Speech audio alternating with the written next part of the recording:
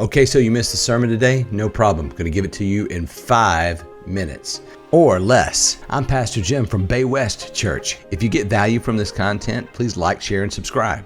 So here we go. Jesus is enough for your career. God created work. That's where it came from. The first thing you saw happen when Adam was created was he got a job. God made us to do things, and even someone who's lazy will eventually get bored and need something to do. Because work is so powerful to us, we'll misuse it in 3 ways. 1, we'll worship it. That's where workaholics come in. That's when we overestimate what work can do for us. 2, we'll reject it. That's lazy people. That's when we underestimate what work can do for us. 3, we'll twist it. We'll be split people. Work is here, God is here, and never the two shall mix. That's when we misunderstand what work was created for. God created work like everything else to make disciples and revealed who He is to all of us. It's a place we grow. Most people think they're a teacher or a plumber or an engineer that happens to be a Christian, but that's not true. You're a Christian who happens to be a teacher, a plumber, or an engineer. Here's a few truths about work. 1, every Christian has the same career. Like Jesus, we're making disciples. Check out Luke 19:10, Matthew 28:19 through 20. Every Christian has the same boss. Colossians 3:23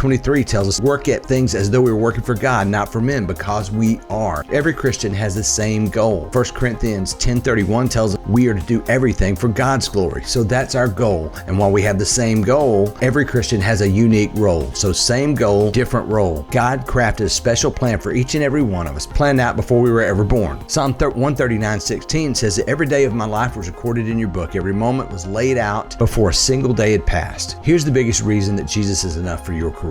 Jesus will be the one that writes your final and only meaningful personnel evaluation at the end of your life. Look, you spend the first 12 to 13 years in school and go to college for 4 to 6 years, and primarily for what? To figure out what your career is, so that you can learn to spend 30 to 40% of your time here on earth in your career. There is no way that God has you spend that much time on something that has nothing to do with Him and His mission. So follow Jesus, work as though you work for Him, trust that your work is truly for Him and to know Him, and trust Jesus that He's enough for your career. That's your 5-minute sermon.